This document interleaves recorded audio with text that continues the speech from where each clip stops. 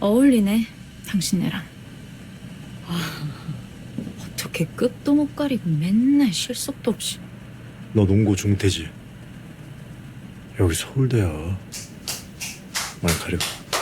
아, 통쾌라고 말하려던 순간 문득 생각했습니다. 뭐가 통쾌한 거지? 서울대가 농구 중퇴를 이긴 거? 이 장면에서 하숙집 주인 딸 부선은 세입자인 금명이가 급이 낮다고 무시하고, 충섭은 사실상 서울대생인 금명의 급이 농구 중퇴자인 부선의 급보다 낮지 않다고 대받아쳐요. 사람의 급을 나누는 부선의 행태를 지적하는 대신 급의 판단 기준을 재력에서 학력으로 대체한 거죠. 부선이가 가진 재력은 아빠 잘 만난 덕이고, 금명이는 자기 능력으로 자기가 노력해서 서울대 갔으니까 학력으로 좀 맞받아치면 안 되냐, 이렇게 개인의 능력에 따른 성과가 차등적 대우의 정당한 근거가 된다는 생각을 능력주의라고 합니다. 능력주의의 함정은 이미 정치 철학계에서 많이 논의된 바 있고, 국내에서는 그중 마이클 샌델의 공정하다는 착각이 잘 알려져 있죠. 샌델이 제기하는 문제 중 하나는 개인의 능력에도 부모의 자본, 교육 환경, 유전자처럼 통제 불가능한 요소들이 결정적으로 작동한다는 거예요. 노력조차도 유전적, 신경과학적, 사회문화적 영향으로부터 자유롭지 않다는 연구들이 요즘 나오고 있고요. 폭삭소가수다에서는 기본적으로 부모와 자녀의 혈연적 연속성이 인물의 성격을 형성하는 기본 골격으로 설계돼 있어요. 그렇다면 애순으로부터 물려받은 금명의 학구열과 재능을 온전히 금명의 것이라고 할 수 있나? 이 장면도 한번 생각해보죠. 금명이가 나를 질투하는 것 같다고 예림이가 말할 때, 금명이가 너보다 키도 더 크고 성적도 더 좋은데 왜 너를 질투하냐고 민선이가 반문하는 장면 말이에요. 예림이의 공격을 방어하려면 금명이는 서울대에 들어가고 나서도 예림이보다 공부를 더 잘해야 돼요. 예림이보다 더 불리한 환경에 놓여 있는데도 말이죠. 폭삭소가수다는 이 문제를 금명이가 예림이보다 정말로 공부를 더 잘한다고 설정함으로써 간단히 무마해버립니다. 물론 이래야 통쾌한 맛이 있어요. 하지만 이 통쾌함은 정말로 어려운 환경에서 일과 공부 양쪽에 허덕이느라 예림이를 따라잡기 급급한 현실의 금명이들을 은근슬쩍 외면하는 효과를 낳아요. 그렇지만 그게 현실이잖아요. 재력도 학력도 없으면 무시당하기 일쑤고, 불리한 환경에 놓인 사람은 더 악착같이 노력해야 인정받는 현실을 드라마가 있는 그대로 그린 것뿐 아닐까요? 맞는 말인데, 문제는 사실을 있는 그대로 기술한다고 해도 그것이 설명으로 수용되지만은 않는다는 데 있습니다. 연구자들은 이걸 조금 어려운 말로 재현은 현상을 승인하는 효과를 낳는다 라고 표현해요. 다시, 재현은 현상을 승인하는 효과를 낳는다. 옛날 한국 드라마나 영화를 보면 남자가 여자를 거칠게 벽에 밀치거나 키스하는 장면이 로맨스로 포장되곤 했잖아요. 이것은 당대의 여성에 대한 인식을 반영하는 것이기도 하지만, 시청자가 사랑하면 저럴 수 있다 라고 생각하게 만들면서 폭력적 애정 표현을 정당화하기도 했습니다. 미디어가 현실을 반영할 뿐 아니라 그런 현실을 괜찮은 것, 정상적인 것으로 인식시키면서 현실과 순환하는 거예요. 이러한 재현의 승인 효과는 폭삭소가수다의 다른 대목에서도 심심찮게 나타납니다. 저는 드라마가 중반부를 넘어가면서 개성있던 애순과 관식 캐릭터가 전형적인 중년의 엄마 아빠로 변해 있는 모습이 조금 의아하게 느껴졌었어요. 애순이는 할 말 다 하는 새침대기 출신인데 금명이 앞에서만 조리되고, 애순이를 꼬셔서 야반도주까지 했던 관식이는 금명이가 남자랑 놀까봐 전전긍긍하는 내로남불 딸바보가 되죠. 금슬 좋고 사랑 가득한 부부 밑에서 자란 금명이는 걸핏하면 부모한테 퉁명스러운 태도로 가시돋친 말을 하고요. 이상한 점을 모르시겠다면 그건 이런 설정이 개연성보다 핍진성에 의존하고 있기 때문일 텐데요. 텍스트가 인과관계나 복선 같은 내적 논리에 부합할 때 개연적이라는 말을 쓰고, 인물이나 사건이 현실에 있을 법할 땐 핍진하다는 말을 씁니다. 우연히 몇 년 전에 썸남 썸녀를 만나는 장면이 개연성이 없다고 느껴지더라도 원래 세상이 생각보다 좁아 라고 말하면서 받아들일 수 있는 이유는 핍진성 때문이에요. 폭삭소가수다에서 중년의 애순이나 관식이가 왜 저렇게 자식에게 안달하는지, 금명이가 왜 자꾸 부모에게 함부로 대하는지는 텍스트의 내적 근거보다 현실과의 유사성, 즉 핍진성에 의해서 승인되죠. 아, 딸을 낳으면 다 저렇게 되지, 저런 게 자식이지 와 같은 형태로 말이에요. 시청자를 너무 수동적으로 보는 거 아니에요? 이 드라마 보고 반성한 자식들도 많다는데요. 맞아요. 모든 재현이 시청자에게 승인으로 작용하진 않습니다. 텍스트가 재현의 반성적 어조를 덧붙이는 경우에는 더더욱 그렇죠. 하지만 폭삭소가수다가 좀처럼 반성하지 않는 지점이 하나 있는데, 그건 바로 자식에 대한 부모의 곡진한 헌신과 사랑입니다. 그걸 왜 반성해요? 이 드라마는 광래, 애순, 금명으로 이어지는 모계의 흐름에서 어머니가 딸에게 자기보다 더 나은 삶을 물려주려 하고, 딸이 어머니보다 더 나은 삶을 꾸려나가는 전개가 반복되고 있어요. 이 과정이 마냥 숭고한 것만이 아니라는 점은 금명이가 부모의 희생에 대한 죄책감을 느끼는 장면에서도 잘 드러나죠. 금명이가 잘 살아야 하는 이유는 자기 자신뿐만 아니라 부모의 헌신에 보답하기 위해서이기도 한데, 이게 어떤 점에서 보면 억압적인 거예요. 축구 선수가 되려나?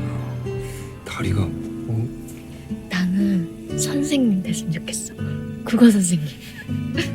이 드라마가 자녀에 대한 부모의 사랑을 무조건적으로 찬양하는 건 아닙니다. 애순과 대비되는 대표적인 엄마들로 제니의 어머니인 미향, 영범의 어머니인 부용이 등장하죠. 특히 영범에게 너는 내 프라이드라는 말을 반복하는 부용은 아들의 인생을 마음대로 쥐락펴락하려는 점, 자기 아들 귀한 줄만 알고 남의 딸인 금명을 함부로 대한다는 점에서 애순과 결정적인 차이점을 보여줘요. 하지만 애순이라고 이런 혐의로부터 자유로운 것만도 아닌데요. 애순도 금명에게 네가 우리 집안의 대들보라는 말로 부담을 주고 내 자식은 상 차리는 사람이 되지 말고 상을 없는 사람이 됐으면 좋겠다 라는 대사는 그럼 누구 자식이 상을 차리며 그 사람은 무슨 죄인가 라는 의문이 들게 하죠. 실제로 애순은 부용과의 상견례에서 너무 귀한 내 딸이라 국 푸는 법도 가르치지 않았다고 말합니다. 국 하나 못 푸는 유약한 자식을 키웠다는 문제제기가 아니라 귀한 내 자식만큼의 험한 꼴을 겪지 않게 하고 싶다는 부모의 마음이 누군가는 그 험한 꼴을 겪어야만 한다는 사실을 은폐할 수 있다는 거예요. 애순이가 우리 금명이는 엄마 아빠 다 있다고 말할 때 부모의 지극한 사랑이라는 동전의 뒷면에는 부모라는 울타리가 없는 사람들을 비참한 현실로 방기하는 사회가 있습니다. 결국 폭삭소가수다의 함정은 아이러니하게도 이 이야기가 주는 감동에 있는 건데요. 가족은 왜 얼마나 끈끈해야 하는가? 역설적으로 바로 그 끈끈함이 서로를 너무 구속하는 것은 아닌가? 왜 자식을 부양하는 과업은 끝이 없어서 자식은 서러움과 죄책감에 사무치고 부모는 왜 이 과업에 온 삶을 걸어야 할까? 나아가 부모가 자식에게 꿈을 물려주고 자식이 떠난 자리에 남겨지는 사람으로 소묘될 때 왜 부모의 만년이 이런 형태여야 하는지, 무엇이 부모의 삶을 이런 삶으로 만드는지를 물을 수도 있지 않을까요? 그냥 원래 세상이 그런 것이고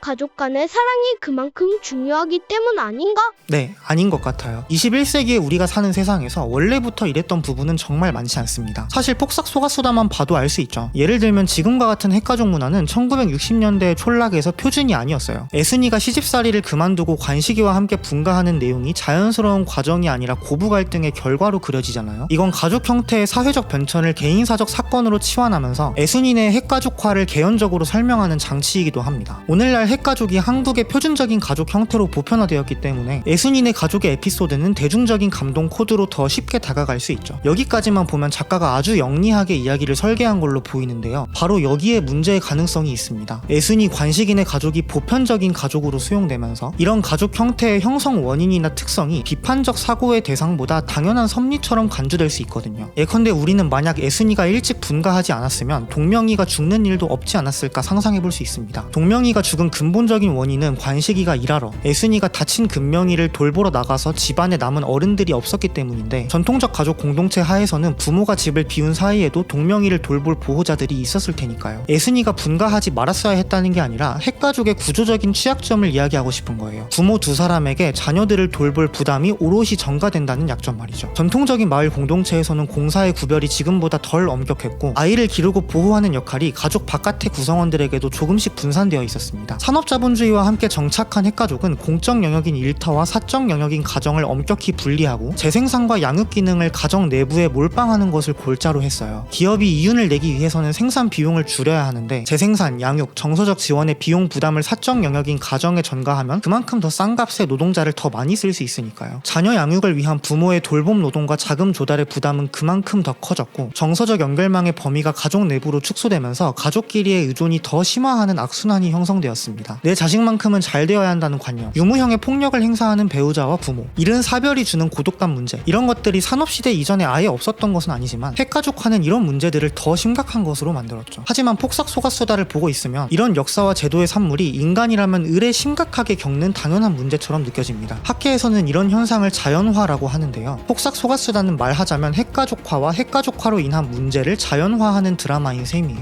부부로 결합한 남녀와 이들의 직계 자식들로 구성된 핵가족이 정상적인 가족이라는 관념이 대안적 공동체에 대한 상상을 차단할 때 현존하는 문제는 더 기석됩니다. 애순이가 관식이와 결혼하기 전의 가족관계를 보면 상당히 복잡한데 광례와 한규 사이에서 애순이가 나왔고 광례와 병철 사이에서 나온 애순이의 이부남매들이 있고 광례가 죽은 뒤 병철과 재혼한 애순이의 계모 민옥이 있어요. 민옥은 애순이와 피 한 방울 안 섞인 남남이라서 처음에 애순이를 적대하기도 하죠. 하지만 나중에는 피가 무섭니 정이 무섭지 라고 말하면서 애순이를 인정하는 모습을 보이는데 드라마를 보면 정작 정이 그렇게 무서운지 잘 모르겠단 말이에요. 아버지가 달라도 몇 년을 업고 키운 아이들한테 정이 들었을 만도 한데 애순이의 이부남매들은 애순이의 식모살이를 강조하는 장치로만 사용되다가 어느 순간부터 사라져서 언급조차 안 됩니다. 애순이와 어떤 관계를 맺으면서 살아가는지 알 수가 없어요. 이런 설정은 병철, 민옥, 애순 그리고 다른 아이들의 결합체가 일시적으로 동거하고 있지만 언젠가 해체되기 마련인 누더기 가족처럼 보이게 만듭니다. 드라마가 반드시 계부모 가족, 동성 커플, 하우스 하우스 쉐어링 공동체 등의 대안적 가족에 대한 상상을 구체화할 필요까진 없지만 최소한 그런 형태의 가족을 언급할 때에는 암시적으로라도 이들이 불완전한 결속체로 묘사되지 않도록 조심할 필요가 있습니다. 마지막으로 4.3 사건을 언급하지 않을 수 없는데요. 이 드라마에서는 섬터세가 오죽하냐라는 대사가 2번이나 등장하지만 제주도의 섬터세가 심해질 수밖에 없었던 역사적 맥락에 대해서는 침묵합니다. 제주도의 근현대사는 4월 3일 하루 만에 끝나지 않고 지속된 민간인 학살의 상처로 얼룩져 있고 이런 트라우마는 도민들로 하여금 외지인을 더 배척하게 만들었어요. 역사적 사건으로 너무 깊이 들어가지 않는 것이 제작자의 안전한 선택이었겠지만 이렇게 제주도의 배타적 문화라는 역사적 산물을 지역적 특성으로 자연화해 버리는 연출은 자연스럽게 현지에 대한 왜곡된 인식을 전달할 수 있습니다. 그럼에도 불구하고 저는 여전히 폭삭 속았수다가 좋은 드라마라고 생각합니다. 이 드라마가 주는 눈물과 감동에는 최소한 선의에 대한 믿음을 설득하는 효과가 있거든요. 저는 금명이를 반지 도둑이라는 누명으로부터 구해준 가정부 에피소드를 참 좋아하는데요. 누군가에게는 자기적이고 편의주의적인 설정이라고 느껴질 수도 있지만 저는 내가 베푼 선의가 나에게로 돌아오는 과정을 압축적으로 잘 형상화했다고 생각해요. 이게 내가 젊었을 때 도와준 사람의 딸이 나중에 내 딸을 도와주는 이야기라고 생각하면 자기적인데 선의가 전염병처럼 몇 달이 건너다 보면 무작위적으로 먼 훗날 나에게 돌아올 수 있다는 사실을 보여주는 이야기라고 생각하면 또 나름 설득력 있게 느껴지기도 합니다. 우리가 후세대에게 물려줘야 할 자산이 있다면 그것은 누군가의 빈 쌀톡을 보고 그냥 외면하지 않는 서로가 서로를 돕는 공동체를 만들어 나가라는 가르침이라는 점. 이 드라마를 보면서 눈물 흘린 사람이라면 이 점을 살아가다가 한 번쯤 떠올릴 수도 있지 않을까요?